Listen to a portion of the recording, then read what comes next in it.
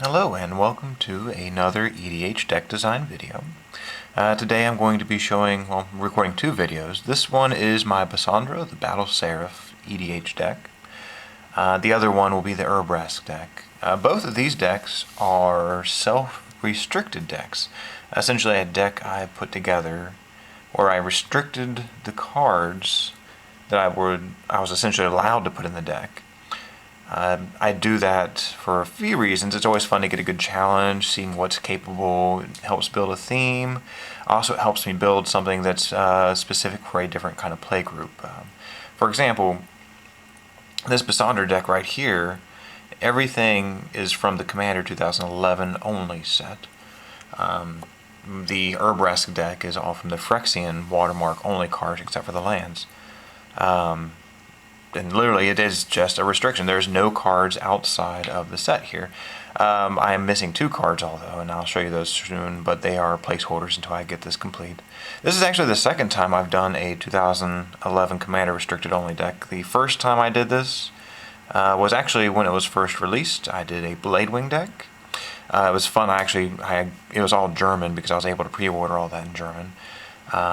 The idea was that when the new Commander stuff came out, I would be able to upgrade it with new dragons. But, of course, there wasn't very many dragons re-released or put out in the Commander 2013.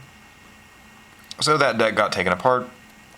This is something I actually put together not too long ago.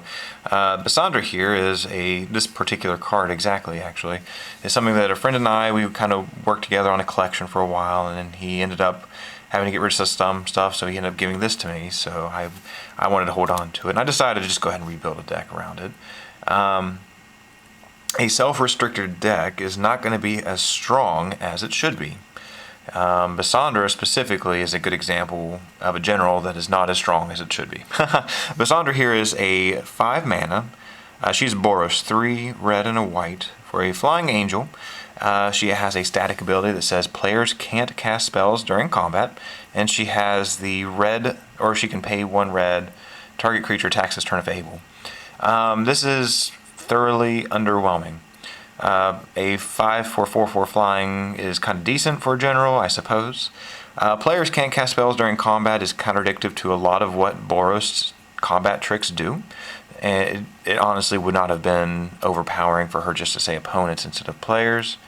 The ability here, target creature attacks, it would not have been overpowering for to say creatures target player controls or something like that. For what she does, it's really a very underwhelming card. There's a lot of better generals to play in this color, but I enjoy this one right here. This is something that in an easier play group, newer play group, someone who is really getting their first EDH deck put together, this is something that's playable against them. Most of the time when you see a Boros deck like this, you would think it's going to be some kind of Voltron build, put enchantments or equipment on her and swing. Not really. This deck actually doesn't have a very good win condition. Because I'm restricted to this set right here, there's actually no good equipment or anything for her. The deck is actually full of answers, which means that the games take longer, so I have more chance to just dirtle around. So this is an EDH deck without a consistent win condition. This automatically makes it a bad EDH deck. If you've seen all my other videos, you know this is just an obscure one. I don't play white very often. Green and white are the two colors that I just don't play very often. I think this is actually the 4th EDH deck I've ever built that has white. I've built 2 rainbow decks, a Scion deck and it was both Chromat, and it was basically a Tribal Worm rainbow deck. But I also had a Tyrael deck. This is the 4th time I've built white. This is just going to be this is a very highly budget deck. This is such a cheap deck to build that I see no problem just keeping this tucked away. There's no problem just sustain because it's not going to benefit me to take it apart. So let's set her over here and start. This may be just not really worthwhile to watch because if you want to bring up Gather and look at the cards available in that set, you can probably guess what's in this deck. So for creatures, let's start here. We have a Mother of Runes. She's always fantastic. Gives something 1 drop, and after that I can start giving things protection. Wall of Omens is there to replace itself. Monk Realist is our target enchantment removal upon a creature. Boros Guild Mage is here to give things haste and first strike. So far this deck has been mostly political plays, so I all too frequently will just give another person's creature first strike. It kind of does go with a theme of what Bessandra is wanting to do, of making others attack others, forcing improper attacks or blocks to another player, or unfavorable attacks into a better chump blocker. So the haste is kind of nifty, and the first strike is a fun play. Hedge Mage is fantastic. It's a double entry. If I have enough lands, I can destroy an artifact, an enchantment, or both. Flame Tongue is a Flame Tongue Kavoo. Windborn Muse is a great tax effect where people can't attack me unless I pay 2. Sadly, I don't have blue in the deck to really capitalize on that. Sad Robot, of course, made the cut because this is probably one of the better cards in the whole deck. Voices of All is essentially going to be an immortal chump blocker to whatever the opponent has. False Prophet is there to bait out basically a removal or help reset a bad poor position. Bryon Stout Arm is a possible replacement general, although there's not enough in the deck to really take advantage of his ability. He ends up being a 4/4/4/4 lifelink that may end up just sacking a creature if it's going to get killed anyways. Lightkeeper is kind of a filler. Since I'm restricted to what cards I'm using, there's not a lot to pick from, so I chose to go with the more flyers if possible. The life gain is kind of silly. Shattered Angel, same thing, just another flyer, just a little bit more life. Mana Charged Dragon is another one of those fun political cards. This is actually really interesting to play in EDH, although very rarely will people ever play the Joined Forces. Essentially, it's just a 6 for a 5/5 flying trample. Fault Grinder is great for that land restriction. Angelic Arbiter is another great play, something that you would maybe actually see in a proper Basandra deck, corrupting people during when they play combat or if they attack. Another angel that kind of doesn't really do a whole bunch. In my personal opinion, Archangel Strife does literally nothing. Like, her impact on the board is so very obscure, I don't see why anyone would not choose the offense. What she is, she's 7 for 6/6 flying. When she enters the battlefield, each player chooses War or Peace. Those who choose War, they essentially get an emblem where all their creatures get +3/+0, and those who choose Peace, their creatures get +0/+3. Yeah, this is just such an awkward card. It honestly, it does very little for board presence. Chromall, though, is the better creature out of the whole deck. She's one of the better ones. Of course, with these restricted cards here, I don't have a lot of ramps, so she's very slow to get out to play. Magmatic Force is probably one of the stronger in-game effects if he just doesn't get destroyed immediately. Avatar Furel, though, tends to come out pretty quickly. And finally, we have an Artisan. A little bit of recursion. Actually, the only proper recursion this entire deck has. Let's move on to the spells. There's quite a few. Again, this deck, what cards I have access to in these two colors, have essentially just a lot of answers. Lots and lots of removal for things. So we have a Path. Bathe in Light is a possible give all my creatures pro color. Sometimes it's really helpful when a forced attack comes up. Ablation is another removal. Afterlife is another removal. Orange Thunder is a removal for an artifact or enchantment and a possible burn. This is one of the cards that I'm missing. It's essentially it's Chaos Warp, but I just don't have the 2011 version. I'm not even putting the Commander's Arsenal cards in here. Otherwise, you would have seen a duplicate. There could be things like a Scroll Rack and a Mind's Eye in here too. But with just the 2011, there is a Chaos Warp. I just don't have a non-foil one, so this is a filler till I get one, which is another removal. Wild Ricochet is, of course, it's just fantastic to redirect things. I don't have a lot of good draw in this deck, so I like to hold this up for possible draw. Swell Fierce Blast is another removal. This one's great because most of my creatures do have a pretty stout toughness, and this one, my Angel, my Seraph here, will just brush it right off. Return to Dust is more artifact or enchantment removal.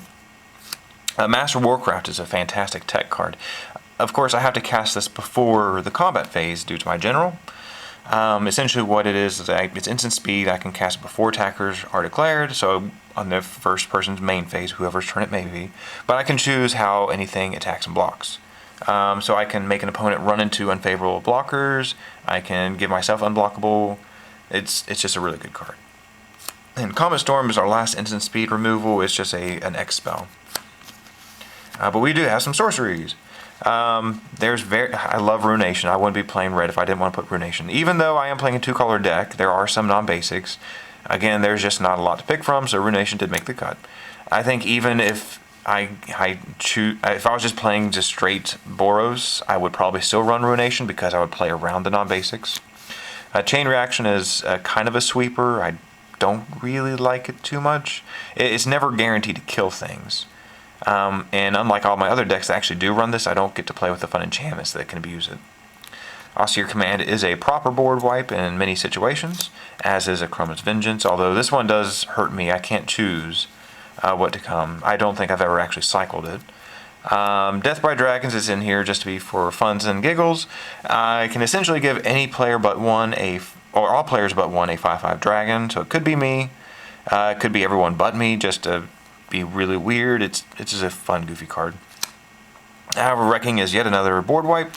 Insurrection is usually a game-ending spell. It's just I gain control of all creatures. So this may be considered, I guess, the best win condition of the deck, is just to let things go, remove the ones that I can't deal with, and then just try to take them and swing.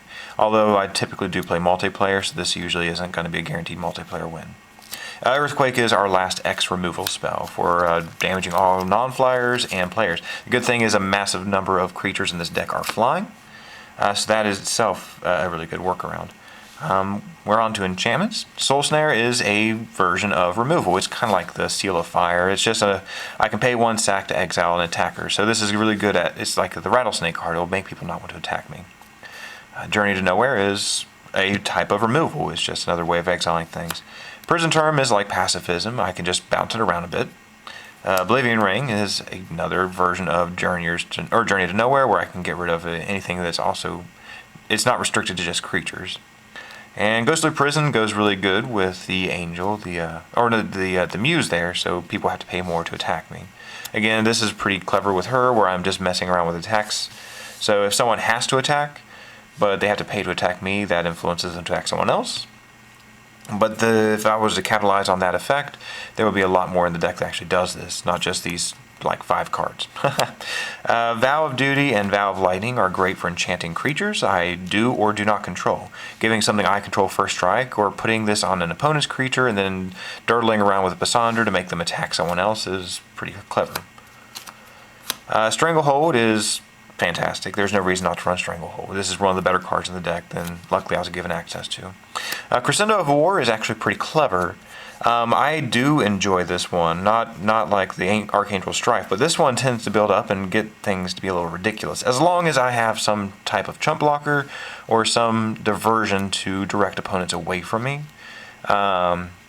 it's just all around kind of fun. It's like a sort of, eventually, there's not a lot of big creatures in this deck, but eventually this really starts to make my creatures have a very big offense. Pyrohemia is fantastic for moving little dudes, and again, I usually have at least something with higher toughness or an angel or something, so I can sustain the enchantment. And one of the other really good cards that this selection has given me was Martyr's Bond. It's like a Grave Pact, but for any kind of permanent. And we're on to the artifacts. Of course, I've got to have the Soul Ring. It wouldn't be EDH without a Soul Ring. Although that's not true. You'll see in the Urabrask deck there's an exception.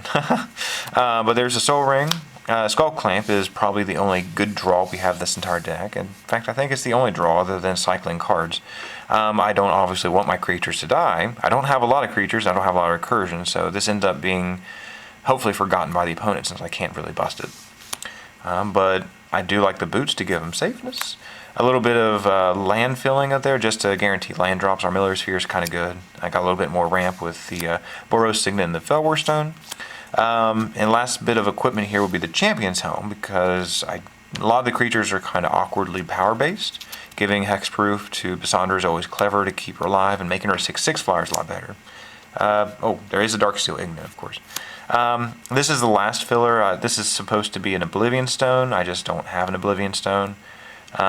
Personally, I've never actually ran Oblivion Stone in a lot of decks. Since I'm restricted to this deck, it's really, there's not a lot to pick from. It made the cut, but I just don't have one. So this is holding off until I get one there. And finally, there's Dreamstone Hedron. This usually ends up, I don't need a lot of mana in this deck, so I end up usually just sacking it, draw 3 cards when I get a chance. And we're on to the lands. This is an awkward complement of lands because I'm trying to make the best with what I have. Zodic Cavern is typically morphed out so I can get some kind of accelerant. Homeward Path is always fun, just so I can dirtle around with those who try to active treason something, although in my play group I'm more likely to run the active treason effects. Temple of the False God is fantastic. These guys are great at working around the Ruination because they're just replacing themselves with basics. And then we have these guys to actually give me both colors if I need. We have some filters. The Vivids, which I honestly just really hate the Vivids. I kind of do want to replace these with basics because that will give me more chance to play around the Ruination. But really, I kind of do need better land in the deck, and it's a 2-color deck, which is awkward already. And I also really don't like the Kangaroo lands, but I decided to put it in there just to play with. To be honest, I always like lands that tap for 2. I don't have like a Candelabra Tuanos or anything to play with in here. But just to be a completionist, since I already have a lot of the Boros themey stuff, I did put it in here. The rest of these are all basic lands of the artwork I chose. But that is the actual Bessandra deck. This is not a very strong deck. This is something I play with like a group of friends that are kind of newish. They don't have a lot of money to invest in the game. They have good skill, or they're becoming better at the game, but they don't have the finances to dump on some stupid overpowered deck. This is hardly an overpowered deck. This deck literally has answers, and it's not a good way of running a deck, especially a Boros deck, because in Boros, you would think that this would be like aggro or Voltron, or at least I would try to capitalize on her ability if I was going to bother playing Basandra, but nah. I actually always enjoy playing self-restricted decks. It's always fun to take this and actually play against like my stronger play groups just to see how well it does. I don't like rubbing in their face when I come out on top, literally because people ignored me because they knew I was playing a subpar deck.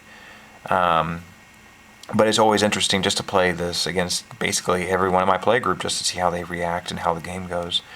I also suggest even if you play super competitive, it's always interesting to make some kind of self-restricted deck, even if you have no real reason to play it in your group currently. Because you never know, you will eventually run into new players. You will eventually run into friends who may be interested in Magic and want you to help them start up. But it's also very fun. It's a very good personal challenge because you're no longer just filling in the blanks with, okay, well, I'm playing all the proper, like the 20 cards you would expect to see in every EDH deck, especially the callers, then, yeah. It's kind of difficult to explain. You either get it or you don't. So hopefully you understand. But yeah, this is Basandra. I'm going to move on to Urabrask next. I do know, again, this could be much stronger if I literally splash the other commander cards in here. Like, not just the Duplicant and the Mind's Eye and the Scroll Rack from the Arsenal set, but like Commander 2013. I already did a re-updated list if I were to actually put those cards in here, and there would be like 30 changes. So very little of this deck would actually stay the same if I were to invest in the 2013 cards for her. And the 2014 cards are coming out right next, too. I'm also partially OCD, so I actually enjoy having a deck that all has the same set symbol. That's always fun. But anyways, yeah, do stay tuned. I'll be right back. And of course, any advice or input or feedback, any ideas to help improve it, definitely let me know.